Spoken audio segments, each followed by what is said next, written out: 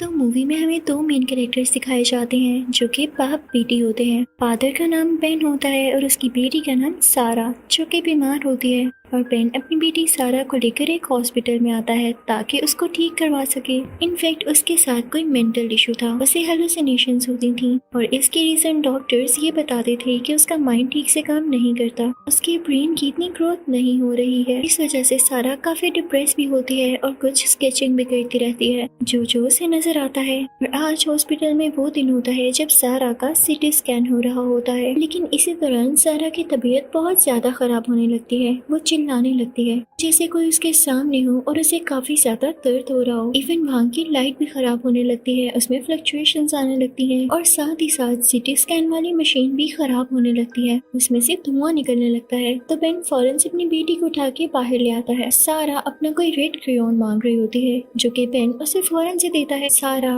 उस क्रेयॉन से एक पेज पर सर्कल्स ड्रॉ करने लगती है। अब दूसरी तरफ बेन डॉक्टर से कह रहा होता है कि मेरी बेटी ठीक कैसे होगी। तो डॉक्टर्स उसे बताते हैं कि इसका इलाज करना अभी तो बहुत मुश्किल है, इसकी मेंटल स्टेट ही अभी ठीक नहीं है, सैडली हम आपकी बेटी का ट्रीटमेंट नहीं कर पाएंगे। तो बेन अपनी बेटी को लेके कहीं और आ जाता है। वो प्लान कर रहा होता है कि इसे किसी और हॉस्पिटल लेकर जाऊंगा ताकि इसका ट्रीटमेंट करवा सकूं। वहाँ पर उसे एक नर्स मिलती है जिसका नाम एमिली होता है और बेन उसे सारी डिस्कशन करता है और वो भी काफी वरीड हो जाती है। अब ये लोग एक एलिवेटर में जाते हैं, वहाँ पर एक और आदमी होता है और साथ ही वहाँ पर एक डिटेक्टिव आता है एक और आदमी को अपने साथ लेके। वो लोग नीचे वाले फ्लोर की तरफ जा ही रहे होते हैं कि एलिवेटर रुक जाता है। वहाँ पर अंधेरा हो जाता है और डिटेक्टिव जिस आदमी को अपने साथ लाया था उसकी तबीयत खराब होने लगती है। वो लोग वहाँ से सिक्योरिटी को कांटेक्ट करने की कोशिश करते हैं लेकिन नो रिस्पॉन्स। तभी एलिवेटर का दरवाजा खुल जाता है और वो एक फ्लोर पर पहुंच जाते हैं जो कि 6th फ्लोर होता है। जैसे वो लोग बाहर आते हैं तो देखते हैं कि वहाँ पर कोई भी नहीं है, वो जगह खाली है। वो जगह उनको काफी सुनसान और डिजर्टेड लगती है। वहाँ पर खामोशी होती है लेकिन तभी उन्हें एक रूम से कुछ आवाज आती है और जब डिटेक्टिव वहाँ पर जाकर देखता है तो वहाँ पर एक फोटोकॉपिंग मशीन अपने आप चल रही होती है,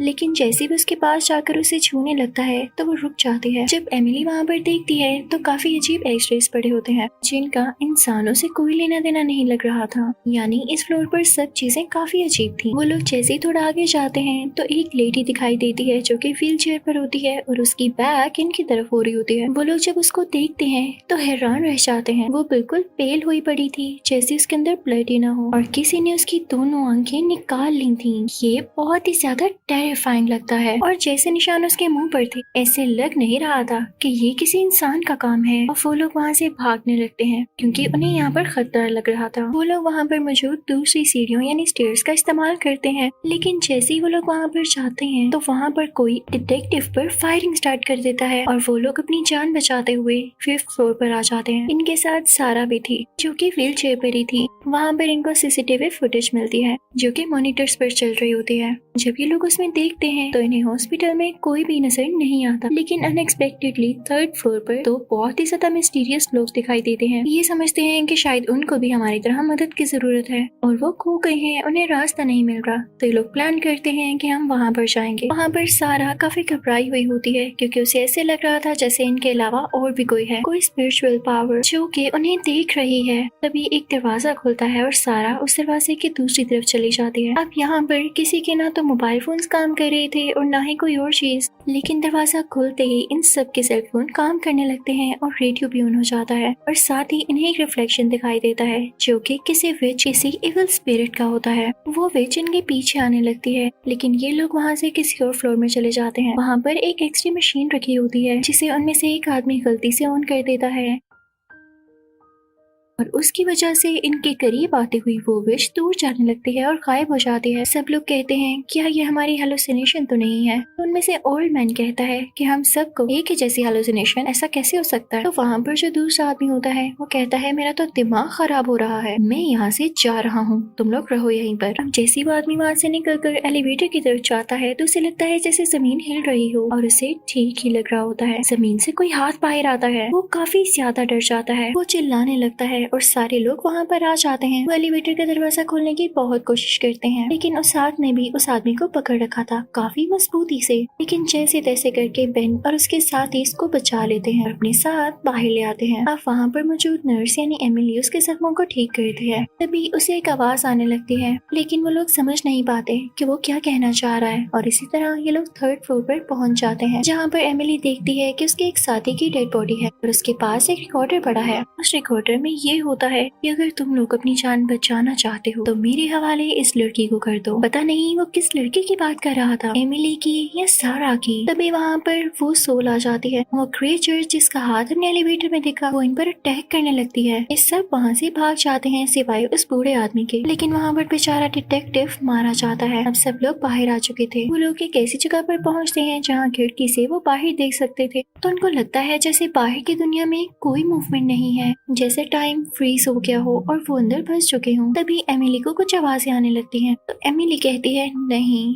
दिस इज नॉट पॉसिबल। ये तो मेरी ही आवाज है जब मैं फोर्थ फ्लोर से बोल रही थी। लगता है हम मिरर वर्ल्ड में हैं या किसी और डायमेंशन में। पहले जो मैंने बोला वो यहाँ रिपीट हो रहा है। इसी दौरान सारा की तबीयत बहुत ज्यादा खराब होने लगती है। तो बेन उस नर्स से कहता है, प्लीज आप मेरे साथ आए, मुझे अपनी बेटी के लिए मेडिसिन चाहिए। और वो यंग आदमी सारा के पास ही होता है। अब बेन के साथ जाते हुए वो नर्स यानी एमिली बेन को बताती है कि आपकी बेटी के साथ जरूर कोई इशू चल रहा है। वो जैसे ड्राइंग्स बनाती है ये नॉर्मल बात नहीं। आपने कभी उसे पूछने की कोशिश की कि कहीं उसे कुछ नजर तो नहीं आता? जरूर वो कुछ ऐसा देख पा रही है जिसे हम नहीं देख पाते या नहीं फील कर पाते। अब बेन और एमिली को जाते जाते कुछ लोगों की डेड बॉडीज मिलती हैं और उनके साथ गन भी होती है जिसे वो पकड़ लेते हैं। और आगे जाकर उन्हें ऊपर वाले फ्लोर से कुछ आवाजें आती हैं और वो सिर्फ शूट करते हैं जो कि स्टेयर्स की तरफ होती है। उन लोगों ने स्टेयर्स की तरफ शूट किया होता है और उन्हें पता चलता है कि जब वो ऊपर वाले फ्लोर पर थे और स्टेयर्स पर जब शूट किया गया तो वो किसी और ने नहीं बल्कि इन्हीं लोगों ने किया था। ये सब चल क्या रहा था ये इन लोगों को भी नहीं पता था। ये लोग वहाँ से होते होते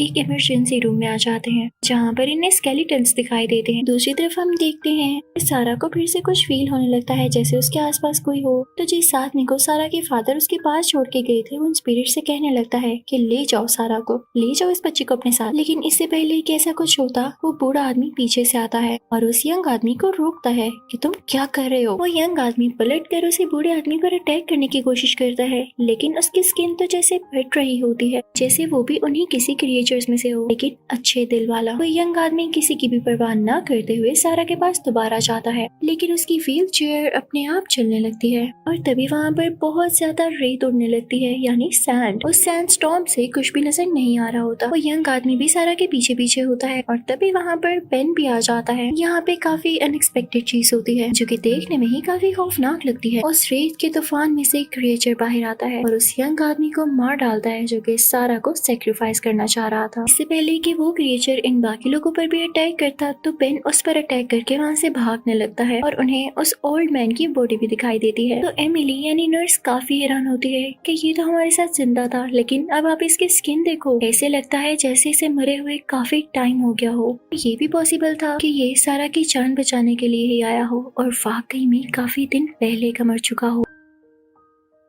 अब एमिली, बेन और सारा एक साथ निकलने लगते हैं, लेकिन जैसे स्टेयर्स पर पहुंचते हैं तो वहाँ पर तो इतनी ज्यादा डेड बॉडीज होती हैं कि वहाँ से बाहर जाने का कोई रास्ता ही नहीं था। वो काफी ज्यादा परेशान हो जाते हैं। अब वो जा रहे थे सेकंड फ्लोर की तरफ, लेकिन उससे पहले ही सारा की तबीयत खराब होने की वजह से बेन और एमिली उसके लिए मेडिसिन ढूंढने लगते हैं। तो तभी नोटिस करते हैं कि सारा उनके साथ नहीं है। भी वहाँ पर एक क्रिएचर आता है और एमिली पर अटैक करने की कोशिश करता है, लेकिन एमिली उसे शॉक दे देती है और वहाँ से बाहर आ जाती है। दूसरी तरफ बेन को एक दरवाजा मिलता है और जैसे ही वो उसे खोलता है तो हर तरफ रोशनी ही रोशनी होती है और वहाँ पर काफी ज्यादा लोग होते हैं। ऐसे लग रहा था कि यही असली दुनिया है। जहाँ पर ये लोग थे वो कोई दूसरी दुनिया थी। बेन उन लोगों को बुलाता है, उनसे बात करने की कोशिश करता है, लेकिन नो यूज। वो लोग बेन को देख ही नहीं पा रहे थे और बेन भी किसी को टच नहीं कर पा रहा था। वो एमिली को सिग्नल भिजवाता है, लेकिन दूसरी दुनिया में होने की वजह से वो उसको कैसे सुन पाती। बेन कहता है कि इस तरह से तो काम नहीं चलने वाला। वो दूसरा दरवाजा खोल के वापस उसी दुनिया में आ जाता है तो देखता है कि उसकी प्यारी बेटी उसके सामने है। वो बहुत खुश होता है, लेकिन सैडली यहाँ पर एक और सैंडस्टॉर्म आता है। उसमें से वही एविल क्रिएचर बाहर आता है जो कि उन्हें मारने ही वाला होता है। और यहाँ पर एक और ब्लेसिंग होती है। वो बूढ़ा आदमी दोबारा से वहाँ आ जाता है जो कि उनको बचाता है। ये बूढ़ा आदमी एंजल बनकर बार बार कैसे आ रहा था ये इन लोगों को भी नहीं पता चल पाता। वहाँ पर एमिली भी आ जाती है और अब ये तीनों फिर से एक साथ होते हैं।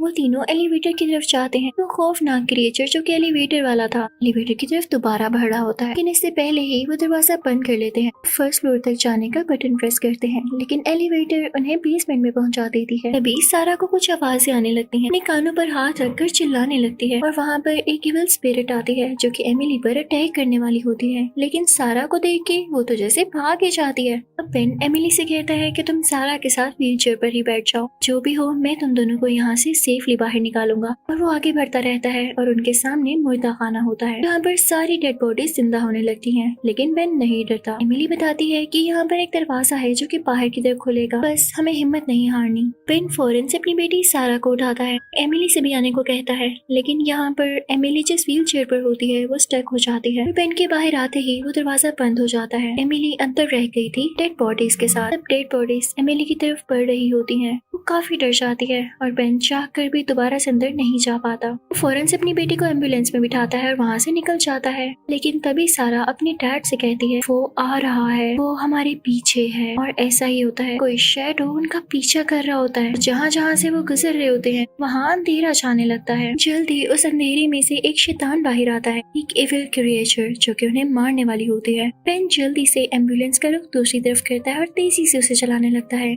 लेकिन सामने से तेज रोशनी आती है जो कि उसकी आंखों में पड़ने लगती है और उसको एम्बुलेंस रोकनी पड़ती है। जब बेन देखता है तो उसके सामने उसकी बेटी होती है जो कि ग्लो कर रही होती है। बेन उसे देख के फौरन से बाहर आता है और तभी वो शैडो उसके ऊपर आने लगता है। वो बेन को पूरी तरह से कवर कर लेता है। सारा कहती है कि डैड परेशान नहीं हो, सब कुछ ठीक हो जाएगा। वो पीछे मुड़ती है और शैडो से कहती है कि अब बस करो, मुझे अब वापस भेज दो। तभी वहाँ पर तेज रोशनी होने लगती है और सीन वहीं पर शिफ्ट होता है जहाँ से स्टार्ट हुआ था। सारा का सिटी स्कैन हो रहा होता है और सारा के फादर उसे उठा के बाहर लेकर जाते हैं, लेकिन इस बार सारा अपने फादर से कहती है मुझे ब्लू क्रेयॉन दे। अब जब वो ड्राइंग बना रही होती है तो उसके पास वही बूढ़ा आदमी आता है। वो कहता है कि अब मैं ठीक फील कर रहा हूँ, जल्दी तुम भी ठीक हो जाओगी। यानी हर बार सारा अपनी इमेजिनेशन में मारी जाती। ये सब क्रिएचर्स, ये सारे इविल स्पिरिट्स, ये शैतान सारा की अपनी इमेजिनेशन थी जो कि वाकई उसकी मेंटल हेल्थ ठीक ना होने की वजह से थी। लेकिन अब जो बूढ़े आदमी ने उसके पास आकर कहा कि तुम ठीक हो जाओगी, उसने इस बार खुद को बचा भी लिया था। तो ये एक अच्छी न्यूज थी